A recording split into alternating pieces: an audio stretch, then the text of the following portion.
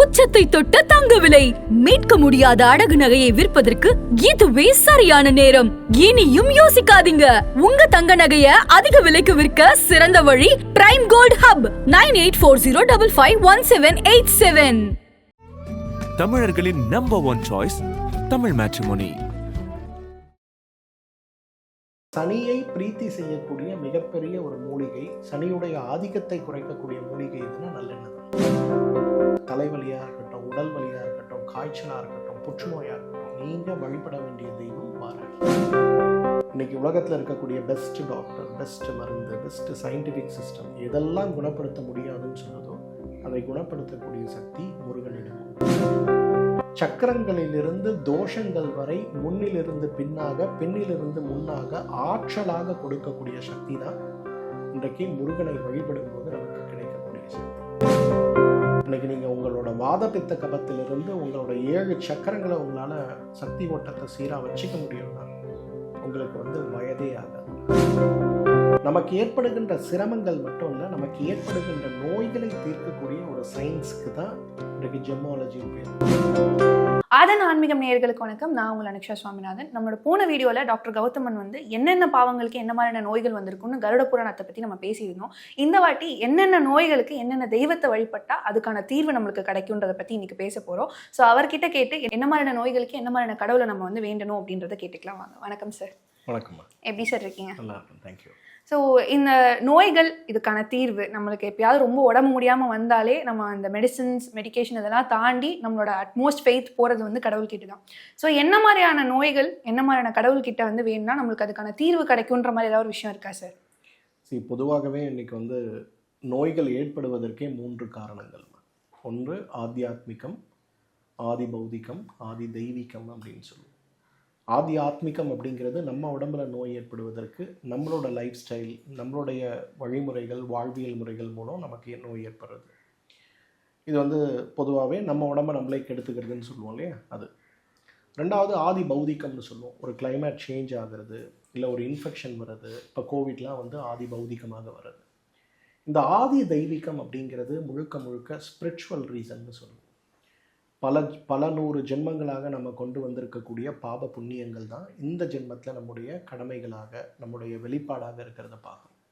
எப்படி புண்ணியங்கள் நம்மளுடைய வாழ்க்கையை பெருசுப்படுத்துதோ அதே போல் செய்யக்கூடிய பாபங்களும், செய்து வந்திருக்கக்கூடிய பாபங்களும் நம்ம உடம்புல நிறைய மாற்றங்களை கொண்டு வரும்.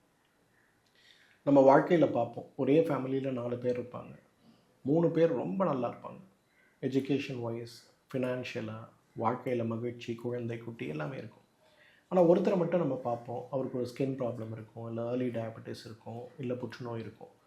அப்போ நம்ம யோசிக்கிறோம், ஒரே வகையான உணவு, ஒரே அப்பா அம்மா எல்லாமே சரியாக இருந்தாலும் ஒருத்தருடைய வாழ்க்கை ஏன் நல்லா இருக்குது, ஒருத்தருடைய வாழ்க்கையில் ஏன் பிரச்சனை வருது? இதுக்கு தான் ஸ்பிரிச்சுவல் ரீசன் சொல்லுவோம். அப்போ இந்த ஆதி தெய்வீகமாக இருக்கக்கூடிய நோய்களை எப்படி நம்ம கட்டுப்படுத்தலாம், இல்லை குணப்படுத்தலாம்? அதுக்கு 4 வழிகள். மணி, மந்திர, ஔஷத, தியானம். மணி அப்படிங்கிறத இன்றைக்கி ரொம்ப சீப்பாக கொண்டு ஜெம் ஸ்டோன்ஸ் அப்படின்னு சொல்லி ஒரு கான்செப்டில் க்ளோஸ் பண்ணிட்டாங்க. அப்படி கிடையாது. மணிங்கிறது இப்போது ஒரு அமாவாசை நிலவுடைய அந்த ஒரு நெருக்கம் அப்படிங்கிறது எப்படி பூமியை கொந்தளிக்க வைக்குதோ, கடலை கொந்தளிக்க வைக்குதோ, அதே போல் நம்ம உடம்புலையும் நிறைய மாற்றங்களை கொண்டு வரும். அதனால தான் பார்த்திங்கன்னா இன்றைக்கு அமாவாசை அன்றோ அல்லது அமாவாசை அன்று மிகப்பெரிய அளவில் இறை வழிபாட்டுக்கு நம்ம ஏன் கொடுக்குறோன்னா, அந்த நேரங்களில் நம்முடைய மனம் கொந்தளிப்போடு இருக்கும் அப்படிங்கிறதுக்காக தான். முடிவெடுக்கக்கூடிய விஷயங்கள் இதெல்லாம் நமக்கு ஒரு தடுமாற்றம் வருங்கிறதுனால அந்த நேரத்தில் நம்ம இறை வழிபாட்டுக்கு, முன்னோர்களுடைய வழிபாட்டுக்கு மிகப்பெரிய அளவில் ஒரு முக்கியத்துவம் கொடுத்தோம். அந்த மாதிரி ஒவ்வொரு கிரகமும் 7 கிரகங்கள் +2 9 கிரகங்களும் இன்றைக்கு நேரடியாக பார்த்திங்கன்னா அது வீசக்கூடிய கதிர்வீச்சுகளை நம்ம உள்ளே எடுத்துக்கிறோமா, பிரதிபலிக்கிறோமா? அந்த கதிர்வீச்சு நம்மை அடையும் போது எந்த அளவு வீரியமாக இருக்கிறது, குறைவாக இருக்கிறது? இந்த ரெட்ரோகேட்லாம் நம்ம சொல்கிறோம்ல, வக்ர நிவர்த்தி அடைகிறாரு, வக்ரம் அடைகிறாருன்னு சொல்கிறோம்ல, இதை பொறுத்து அந்த கதிர்வீச்சுகள் நம்மளை எப்படி சேரும்? இதை அழகாக ஜெனட்டிக் சீக்வன்ஸ் பண்ணி 12 ராசிகள், 27 நட்சத்திரங்கள், இந்த பிளானட் இந்த பொசிஷனில் இருக்கும்போது எந்த அளவுக்கு அது எந்த கதிர்வீச்சை கொடுக்கும் அப்படிங்கிறத புரிஞ்சு அதற்கு ஏற்றாற்போல் நமக்கு ஏற்படுகின்ற சிரமங்கள் மட்டும் இல்லை, நமக்கு ஏற்படுகின்ற நோய்களை தீர்க்கக்கூடிய ஒரு சயின்ஸுக்கு தான் இன்றைக்கு ஜெமாலஜின்னு பேர். இன்றைக்கி நம்ம அட்வர்டைஸ்மெண்ட்லாம் பார்க்குற மாதிரி இதை போட்டால் நீ கோடீஸ்வரன் ஆயிடுவேன், இதை போட்டால் உனக்கு வேலை கிடைக்கும் அப்படிங்கிறது கிடையாது. எமோஷனல் பேலன்ஸை இம்பேலன்ஸை கரெக்ட் பண்ணக்கூடிய எபிலிட்டி ஜெம்ஸ்க்கு உண்டு. ஸோ இதுதான் மணி. அடுத்து மந்திரங்கள்னு சொல்லுவோம். மந்திரங்கள் அப்படிங்கிறது என்ன, ஒரு குறிப்பிட்ட வைப்ரேஷனை தொடர்ந்து நம்ம எக்ஸ்போஷர் ஆகும்போது அந்த மந்திரங்கள் அது கிரியேட் பண்ணக்கூடிய வைப்ரேஷன்ஸ் ஜெனட்டிக் லெவலில் நம்ம உடம்புல ஏற்படுத்தக்கூடிய மாற்றங்கள். இப்போ நிறைய சயின்டிஃபிக் ப்ரூஃப்ஸ் இருக்குது. இன்றைக்கி வந்து ஒரு தண்ணீரை, ஜப்பானில் ஒரு ஆராய்ச்சி, தண்ணீர் வைக்கிறாங்க, 2 கிளாஸ் தண்ணீர், ஒரு கிளாஸ் தண்ணீருக்கு வெறும் அவங்க சொல்லக்கூடிய புத்த மந்திரங்களை மட்டும் எக்ஸ்போஷர் பண்ணுறாங்க. இன்னொரு கிளாஸ் தண்ணீருக்கு கெட்ட வார்த்தைகள், கெடுதலான விஷயங்களை மட்டும் எக்ஸ்போஷர் பண்ணுறாங்க. ஒரு நைட் இதை வச்சுட்டு அடுத்த நாள் காலையில் இந்த தண்ணீரை எடுத்து ஜெனட்டிக் ஸ்ட்ரக்சர், மாலிகுலார் ஸ்ட்ரக்சர் எப்படி இருக்குன்னு அவங்க செக் பண்ணும்போது நல்ல விஷயத்தை கேட்ட தண்ணீர் மிகப்பெரிய அளவு யூனிஃபார்மல் மாலிகுலார் ஸ்ட்ரக்சரில் இருந்ததையும், கெட்ட விஷயத்தை கேட்ட தண்ணீர் வந்து கம்ப்ளீட்லி மாலிகுலார் உடைந்து போன நிலையில் இருந்ததையும் இன்றைக்கி டாக்குமெண்ட் பண்ணுறாங்க. Same thing happens with mantras. நமக்கு ஏற்றாற் போல் நம்ம உடம்புல இருக்கக்கூடிய பிரச்சனை, நம்ம உடம்புல இருக்கக்கூடிய நவக்கிரக தோஷங்கள், இதை புரிஞ்சுட்டு இந்த மந்திரங்களுடைய குரு சொல்லி கொடுக்குற மாதிரி மந்திர உபதேசங்களையோ அல்லது மந்திரங்களையோ சொல்லும் போதோ கேட்கும் போதோ நமக்கு உடம்புல இருக்கக்கூடிய எவ்வளோ வகையான நோய்களை நாம் குணப்படுத்தி கொள்ள முடியும். அடுத்த ஔஷதம். ஜென்ரல் மெடிசன் அப்படிங்கிறது வித்தியாசம், ஸ்பிரிச்சுவல் மெடிசன் அப்படிங்கிறது வித்தியாசமானது. இப்போ ஒவ்வொரு நவக்கிரகத்துக்குமே ஒவ்வொரு வகையான மூலிகைகள் இருக்கிறத பார்க்குறோம். அதற்கென்று நட்சத்திரங்களுக்குன்னு சொல்லக்கூடிய வகையில் சிறப்பான ஸ்தல விருட்சங்கள் இருக்கிறதையும் பார்க்குறோம். இப்போ நம்ம உடம்புல வந்து ஒரு சனியுடைய ஆதிக்கம் ஏற்படுது, அந்த சனியினால் நமக்கு ஒரு நரம்பு நோய் ஏற்படுது, கால் வலிகள் ஏற்படுதுன்னா, அப்போ சனியை பிரீத்தி செய்யக்கூடிய மிகப்பெரிய ஒரு மூலிகை, சனியுடைய ஆதிக்கத்தை குறைக்கக்கூடிய மூலிகை எதுனா நல்லெண்ணெய் தான், எள்ளு தான். ஸோ நல்லெண்ணெய் இஸ் த பெஸ்ட் திங்.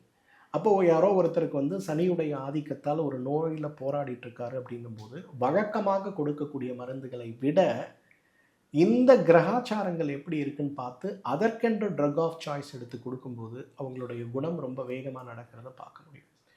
4வது தியானம். கர்ம வினைகளை தீர்ப்பதற்கு மிகப்பெரிய மருந்து எதுனா தியானம் தான். உதாரணத்துக்கு சொல்லணும்னா, நம்ம இதிகாச புராணங்கள்லாம் படித்து பார்க்கும்போது அரக்கர்களும் தேவர்களும் இறைவனை நோக்கி தவம் இருந்தார்கள் அப்படின்னு சொல்லுவாங்க. இந்த தவங்கிற வார்த்தைக்கான அர்த்தம் தியானம். அப்போ நீங்கள் தியானம் செய்யும்போது நம்ம செய்த பாவங்களால் ஏற்படுகின்ற கர்ம வினைகள், இந்த கர்ம வினைகள் நம்ம உடம்பில் ஏற்படுத்தக்கூடிய நோய்கள் வரை மிகப்பெரிய அளவில் கரைத்து விட முடியும், பாவக்கணக்கையே இல்லாமல் செய்து விட முடியும். அப்போ அந்த தியானம் அப்படிங்கிறது இந்த இடத்துல not just meditation, spiritual meditation. So இந்த 4 விஷயங்களை நம்ம ஒன்றா சேர்க்கும்போது தீர்க்க முடியாத நோய், போராடி கொண்டிருக்கக்கூடிய நோய், நாட்பட்டு நம்மை சிரமப்படுத்தக்கூடிய நோய், பரம்பரையாக நமக்கு ஏற்படக்கூடிய நோய்கள், இந்த நோய்களுடைய தீவிரங்கள் குறையிறதும் சில நேரங்களில் அந்த நோய்களே மறைந்து போகிறதையும் நம்ம பார்க்க முடியும். ஒரு எக்ஸாம்பிள் இதுக்கு நான் சொல்கிறேன். அமெரிக்காவில் வந்து ஒரு தொழிலதிபர், அவர் வந்து one of the key founders in Facebook, ஒரு இந்தியர். அவருக்கு வந்து இரத்த உறைதல் அற்ற ஒரு நோய். அவரோட ரத்தம் வந்து உறையாது, காயம்பட்டதுன்னா ப்ளீடிங் ஆகும். இமீடியட்டாக சில ஸ்பெஷல் மெடிசனை போட்டு தான் அதை அரெஸ்ட் பண்ணணும், இல்லைனா உயிருக்கே ஆபத்து. இது ஒரு ஜெனட்டிக் நோய், நம்ம எல்லாருக்குமே தெரியும். இதை குணப்படுத்தவே முடியாது. இந்த நோய்க்காக அவருடைய மொத்த பங்குகளில் 10%, நம்ம கணக்கில் சொல்லணும்னா கிட்டத்தட்ட வந்து ஒரு 300 crore வரையிலும் ஃபண்டட் ரிசர்ச்சாக அவர் நிறைய இடங்களில் பண்ண ஆரம்பித்தார். சில ரிசர்ச் ப்ராமிசிங், சில ரிசர்ச் ஃபெயிலியர்ஸ். பட் அவருக்கு காலம் கடந்து கொண்டே வந்து ஒரு 42 years இப்போ அவர் ஆகுது. இப்போ வந்து அவருக்கு மருத்துவ முறைகள் எதுவுமே உதவி செய்யலை அப்படிங்கிற ஒரு நிலையில் ஒரு வருஷத்துக்கு முன்னாடி என்னுடைய குருவை வந்து சந்தித்தார். அவர் இங்கே வந்ததுக்கான நோக்கம் எப்படி இருந்தாலும் இருக்க போகிறது இன்னொரு 2-3 years. இந்த 2-3 yearsல ஸ்பிரிச்சுவலி இன்க்ளைன்ட் ஆகி நம்ம ஏதாவது போகிற வழிக்கு புண்ணியம் தேட முடியுமாங்கிற ஒரு கான்செப்டில் தான் அவர் இங்கே வந்தார். அப்போ அவர் என்னோடய ஸ்பிரிச்சுவல் குரு அவரை மீட் பண்ணும்போது அவங்க வந்து, இல்லை நீ வந்து you have to understand your spiritual health, நீ போய் சாரை ஒரு முறை பார்த்துருங்க அப்படின்னு சொல்லிட்டு என்னை வந்து பார்த்தார். அவர் எப்போவுமே சார்ட்டர்ட் ஃப்ளைட்டில் தான் ஹீ ட்ராவல்ஸ். ஸோ அமெரிக்காலேருந்து இந்தியாவில் ஒரு குறிப்பிட்ட நகரத்துலேருந்து திருப்பி சென்னை வந்து என்னை மீட் பண்ணார். நான் அவரோட வரத்துக்கு முன்னாடி ஃபோனில் பேசினார். அவரோட ஜாதகங்கள்லாம் வாங்கிட்டு கால்குலேட் பண்ணோம். We do a 360 degree calculation சொல்லுவோம். வெறும் ஒரு விஷயத்தை பார்க்காம முன்பிறவி இப்போ இருக்கக்கூடிய பிறவி, அடுத்த பிறவி என்ன மாதிரி இருக்க முடியுங்கிறத எங்களோட ஓன் மேத்தமெட்டிக்கல் அனாலிசிஸ் பண்ணிவிட்டு அவருக்கு எல்லாம் பண்ணிவிட்டு நான் ஒன்றே ஒன்று சொன்னேன், ஒரு மாதத்துக்கு ரெட் ஷர்ட் மட்டும் போட்டுங்க, வேறு எதுவும் வேண்டாம். அவருக்கு பயங்கர கோவம் வந்துடுச்சு. நான் ஹைதராபாத்லேருந்து இங்கே வந்திருக்கேன், அங்கேருந்து இங்கே வந்திருக்கேன், இதுக்கு எனக்கு ஃப்ளைட் சார்ஜஸே 30-40 lakhs நான் ஸ்பெண்ட் பண்ணி வந்திருக்கேன். நீங்கள் ஏதாவது பெருசாக எனக்கு மருந்து கொடுப்பீங்கன்னு பார்த்தா சிவப்பு சட்டையை போட்டுங்கன்னு சொல்கிறீங்களே, என்னது இது அப்படின்னு. நான் சொன்ன ஸ்பிரிச்சுவல் ஹீலிங் அப்படிங்கிறது எல்லா நேரமும் மருந்து கொடுக்கறது கிடையாது. Sometimes you have to take the right energy, sometimes you have to reflect the bad energy. இதுதான் நீங்கள் பண்ணணும் அப்படின்னு. இதை நான் பண்ணால் நோய் குணமாகுமா? நான் சொன்னேன், இதை பண்ணால் உங்கள் நோய் குணமாகுமான்னு எனக்கு சொல்ல முடியாது, ஆனால் நிச்சயமாக நோயால் வர காம்ப்ளிகேஷன்ஸ் இல்லாமல் you can have a happy life. Then he called up my guruji and he asked. Guruji said, அவர் என்ன சொல்கிறாரோ கேளு, don't put your scientific mind into this, it's a science, you have to understand. அதை understand பண்ணுறதுக்கு உங்களாலேயும் முடியாது, guruji himself said என்னாலே முடியாது, but talk to him, whatever he says please follow. சரி, இன்னும் he got all the parameters done, போயிட்டார். ஒரு 3 months கழிச்சு திருப்பி again he came back with all the parameters, எல்லா பேராமீட்டர்ஸும் improve ஆயிருந்தது, with no medicine, nothing. அவருக்குன்னு இருக்கக்கூடிய மந்திரம் என்னங்கிறத சொல்லி கொடுத்தோம், என்ன லைஃப் ஸ்டைலில் இருக்கணுங்கிறத சொல்லி கொடுத்தோம், அது கூட அவரை வெறும் சிவப்பு சட்டை மட்டும் போட சொல்லியிருந்தோம். என்ன காரணம்னா, அவருக்கு செவ்வாய் ஒரு இடத்துல ரொம்ப மோசமான ஒரு பிளானட்டரி பொசிஷனில் இருந்தது. அப்போ அவர் ரெட்டு போட்டால் அந்த பிளானட் பலவீனமாக இருக்கக்கூடிய இடத்துலேருந்து பலமாகக்கூடிய ஒரு நிலை ஏற்படும். That controls your entire physiology. இதெல்லாம் கேட்கும்போது ரொம்ப அதிசயமாக இருக்கும், ஆனால் இந்த மாதிரி மிராக்கல்ஸ் நாங்கள் நிறைய பார்த்துருக்கோம். ஸோ அதனால் தெய்வத்தை வழிபடுவது, மந்திரத்தை சொல்லுவது, ஜெம்ஸ்டோன்ஸ் போடுறது, இது எல்லாமே இட்ஸ் பியூர் சயின்ஸ். அப்போ உடம்புல இருக்கக்கூடிய நோயை, மனசில் இருக்கக்கூடிய நோயை நம்ம குணப்படுத்தணுமா? மந்திரங்கள் குணப்படுத்துமா? குணப்படுத்துவதற்கு தேவையான ஆற்றலை உடலுக்கும் மனதுக்கும் ஆத்மாவுக்கும் நிச்சயமாக வழங்கும். மருத்துவ சிகிச்சை இல்லாமல் குணப்படுத்த முடியுமா? முடியாது. மருந்துகள் உடம்பை குணப்படுத்துவதற்கு ஒரு கருவி. அதுபோல் இந்த மந்திரங்களும் இந்த மணிகளும் இந்த தியானங்களும் உடம்பை குணப்படுத்துவதற்கு தேவையான ஆற்றலை நமக்கு கொடுக்கும். ஸோ ஸ்பிரிச்சுவல் ஹெல்த்னா என்னன்றது ரொம்ப தெளிவாக ஒரு எக்ஸ்ப்ளனேஷனில் கொடுத்துட்டீங்க சார். ஸோ இப்போ நான் சில தெய்வங்களோட பேர் சொல்கிறேன். இந்த தெய்வங்களை வழங்குறதுனால என்ன மாதிரியான நோய்களை வந்து நம்ம தடுத்துக்கலாம், அவர் அதுலேருந்து வெளியில் வரலாம் அப்படின்றத நீங்கள் சொல்லலாம். ஸோ முதல்ல என்னோட லிஸ்ட்டில் இருக்கிறது வந்து வராகி அம்மன். அவங்கள நம்ம வழிபடுறதுனால என்ன மாதிரியான நோய்களுக்கு நம்மளுக்கு தீர்வு கிடைக்கும் சார்? வாராகி அம்மனை பொதுவாகவே இன்றைக்கி நம்ம எல்லாரும் எப்படி பார்க்குறோன்னா, கெட்டதை தடுப்பவர்கள், கெட்டது நடக்காமல் பார்த்துப்பாங்க, அப்படி இப்படின்னு பார்க்குறோம். ஆனால் வாராகி அம்மனுடைய முழு பெயர் மது கைடப வாராகின்னு பேர். அதாவது தேவர்களுக்கும் அசுரர்களுக்கும் கடுமையான யுத்தம் நடந்த போது படைத்தளபதியாக இருந்த அம்மனுடைய இரவு நேர பணி அமிர்தத்தை காயமுற்றவர்களுக்கு கொடுத்து நோயற்ற வாழ்க்கையை அவருக்கு கொடுத்தது தான் வாராகி அம்மனுடைய அடிப்படை வேலை. ஸோ இன்றைக்கி வந்து ஏன் என்னோடய அறையில் இவ்வளோ பெரிய வாராகியை நான் வச்சுருக்கேன்னா, இங்கே வரக்கூடியவர்களுடைய நோய் தீர்ந்து அவங்க ஆரோக்கியமாக இருக்கணும் அப்படிங்கிற ஒரு வேண்டுதலுக்காகத்தான் வாராகியை வச்சுருக்கேன். அப்போ உடம்பில் ஏற்படுகின்ற, மனதில் ஏற்படுகின்ற, ஸ்பிரிச்சுவலாக நம்ம சேர்க்கின்ற பாவங்களால் ஏற்படுகின்ற, கர்ம வினைகளால் ஏற்படுகின்ற எல்லா விதமான நோய்களையும் தீர்க்கக்கூடிய சக்தி வந்து வாராகிக்கு உண்டு. வழக்குகளில் வெற்றி பெறுவதற்கு வாராகியை வச்சுக்கிறோம் அப்படின்னு நினைக்கிறோம். வழக்குகளில் வெற்றி பெறுவதற்கு வாராகி கிடையாது. வழக்குகளால் ஏற்படுகின்ற துன்பத்தை நீக்குகின்ற, மனநோயை நீக்குகின்ற சக்தி வந்து வாராகிக்கு உண்டு. அதனால் இன்றைக்கு எந்த நோயில் நீங்கள் வந்து அவதிப்பட்டாலும், தலைவலியாக இருக்கட்டும், உடல் வலியாக இருக்கட்டும், காய்ச்சலாக இருக்கட்டும், புற்றுநோயாக இருக்கட்டும், நீங்கள் வழிபட வேண்டிய தெய்வம் வாராகி. ஸோ அடுத்தது வந்து முருகனை வேண்டதுனால என்ன மாதிரியான நோய்களுக்கு தீர்வு கிடைக்கும் சார்? முருகன் அப்படிங்கிறது வரும்போது, முருகன் முழுக்க முழுக்க நம்மளுடைய 6 சக்கரங்களுடைய ஒளி பிழம்பாக இருக்கக்கூடிய ஒரு அம்சத்தை தான் முருகன் நம்ம சொல்லுவோம். பொதுவாக நம்ம உடம்புல 5 லேயர்ஸாக பிரிப்போம்.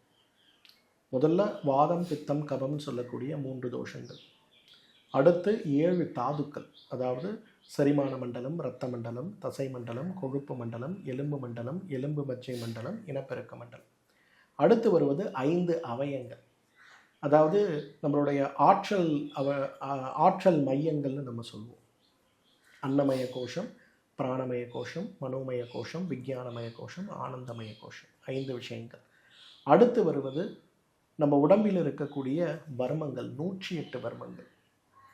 அடுத்து வருவது 7 சக்கரங்கள். இந்த 7 சக்கரங்களில் சகஸ்ரஹாரம் தலையில் ஆரம்பித்து தலைக்கு மேலே இருக்கக்கூடிய சகஸ்ரஹாரம் ஆரம்பித்து மூலாதாரம் வரை இருக்கக்கூடிய 7 சக்கரங்கள். பொதுவாக நம்ம பார்க்கக்கூடிய காய்ச்சல், தலைவலி, உடல் வலி இது எல்லாமே 3 தோஷங்களால் ஏற்படக்கூடியது. அதாவது டயக்னோஸ்டிக்காக நீங்கள் எதுவுமே பார்க்க முடியாது, உடம்புல கஷ்டங்கள் மட்டும் இருக்கும்.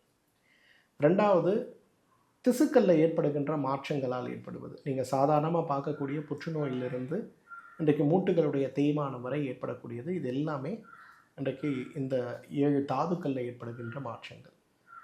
அடுத்து கோஷங்கள்னு சொல்லுவோம், எனர்ஜி லேயர்ஸில் ஏற்படக்கூடிய மாற்றங்கள். பொதுவாக இன்றைக்கு எந்த நோயுமே 2-3 வருடங்களுக்கு மேலே நம்ம உடம்புல பாடாப்படுத்துதுன்னா அது எல்லாமே இந்த எனர்ஜி லேயர்ஸில் மாற்றத்தை உருவாக்கும். உதாரணத்துக்கு ஒரு சோரியாசிஸ் நோய் இருக்குன்னா கொஞ்ச நாளில் அது சோரியாட்டிக் ஆர்த்ரைட்டிஸாக மாறுறது. ஒரு சக்கரை நோய் இருக்குன்னா நரம்பு நோயாக மாறுது. இது எல்லாமே நமக்கு அந்த லேயரில் ஏற்படுவதை நம்ம பார்க்கணும் இல்லையா. இது ஒரு 3rd லேயர்ஸ் ஆஃப் டிசீஸ்ன்னு சொல்லுவோம். 4th வர்மங்கள். ஒரு நோயினால் உங்கள் உடம்பு செயலிழந்து போகக்கூடிய நிலையை அடையும் போது, ஒரு பக்கவாத நோய் அல்லது ஒரு முதுகுத்தண்டு சவ்வு அழுத்தத்தால் ஏற்படுகின்ற நரம்பு நோய், இல்லை ஆர்கன் ஃபெயிலியர்ஸ்ன்னு நம்ம சொல்லக்கூடிய kidney failures, heart failures, liver failures, இதெல்லாம் நம்மளுடைய அந்த 4th லேயரில் ஏற்படக்கூடியது. அடுத்த லேயர் அப்படின்னு வரும்போது, வர்மங்களுக்கு அடுத்து வரக்கூடிய சக்கரங்களில் வரும்போது இன்றைக்கு நாட்பட்ட நோய்களையும் அதே போல் இன்றைக்கு உலகத்தில் இருக்கக்கூடிய எந்த மருத்துவ முறையிலும் குணப்படுத்த முடியாத நோய்கள்னு நம்ம சொல்லக்கூடியதும், ஜெனட்டிக்காக வரக்கூடிய நோய்களும், இது எல்லாமே சக்கரங்களுடைய சக்தி ஓட்டத்தில் ஏற்படக்கூடிய தடைகளால் ஏற்படக்கூடியது. முருகனை நாம் வழிபட வேண்டியது இந்த கடைசி லேயரில் இருக்கக்கூடிய நோய்களை குணப்படுத்தக்கூடியது. இன்றைக்கி உலகத்தில் இருக்கக்கூடிய பெஸ்ட் டாக்டர், பெஸ்ட் மருந்து, பெஸ்ட் சயின்டிஃபிக் சிஸ்டம் எதெல்லாம் குணப்படுத்த முடியாதுன்னு சொல்லுதோ அதை குணப்படுத்தக்கூடிய சக்தி முருகனிடம் உண்டு. அதாவது நேரடியாக நம்ம உடம்புல உயிர் இருக்கிறதே 3 விஷயத்தினால தான். நம்ம சாப்பிட்ற சாப்பாடு, நம்ம சுவாசிக்கிற காற்று, பிரபஞ்சத்திலிருந்து நாம் எடுத்துக்கொள்ளக்கூடிய சக்தி. இது 3 உடம்புக்குள்ளே சேர்ந்து உருவாக்கக்கூடிய சக்திக்கு பேர் தான் பிராணசக்தி, உயிர் சக்தின்னு பேர். இந்த உயிர் சக்தியை மீட்டெடுத்து உடலுக்குள் இந்த சக்தி ஓட்டத்தை சக்கரங்களிலிருந்து தோஷங்கள் வரை, முன்னிலிருந்து பின்னாக, பின்னிலிருந்து முன்னாக ஆற்றலாக கொடுக்கக்கூடிய சக்தி தான் இன்றைக்கு முருகனை வழிபடும் போது நமக்கு கிடைக்கக்கூடிய சக்தி. அப்போ ஒரு ஹார்ட் ப்ராப்ளம் இருக்குது, டாக்டர்ஸ் குணப்படுத்த முடியாதுன்னு சொல்லிட்டாங்க. ஒரு கிட்னி ப்ராப்ளம் இருக்குது, குணப்படுத்த முடியாதுன்னு சொல்லிட்டாங்க. குழந்தையே பிறக்காதுன்னு சொல்லிட்டாங்க. we have tried enough IUI and IVF, எதுவுமே சக்ஸஸ் ஆகலை. நம்ம எல்லாருமே முருகனை வழிபடலாம். நோயற்ற வாழ்க்கைக்கு சிறந்த கடவுள் யாருன்னா முருகன் தான். இன்றைக்கி நீங்கள் உங்களோட வாதபித்த கபத்திலிருந்து உங்களோட 7 சக்கரங்களை உங்களால் சக்தி ஓட்டத்தை சீராக வச்சுக்க முடியும்னா உங்களுக்கு வயதே ஆகாது. இன்றைக்கி கடவுளை நிறைய பேரை நம்ம சொல்கிறோம், ஆனால் என்றைக்குமே குமரன்ற பேரில் அழைக்கக்கூடிய ஒரே கடவுள் முருகன் தான். ஏன்னா அவருக்கு வயசே ஆகாது. வாதபித்த கபத்திலிருந்து 7 லேயர்ஸ் ஆஃப் எனர்ஜியை பேலன்ஸ் பண்ணக்கூடிய ஆற்றலை தனக்குள்ளே வைத்து கொண்டிருக்கக்கூடிய, தன்னை நம்பி வேண்டுபவர்களுக்கு கொடுக்கக்கூடிய ஒரே இறைவன் யாருன்னா முருகன் தான். அதனால் இன்றைக்கு நாட்பட்ட நோய்கள், தீர்க்க முடியாத நோய்கள் வரை எல்லா நோய்களுக்கும் சிறந்த தீர்வு முருகனை வணங்கினாலே போதும்.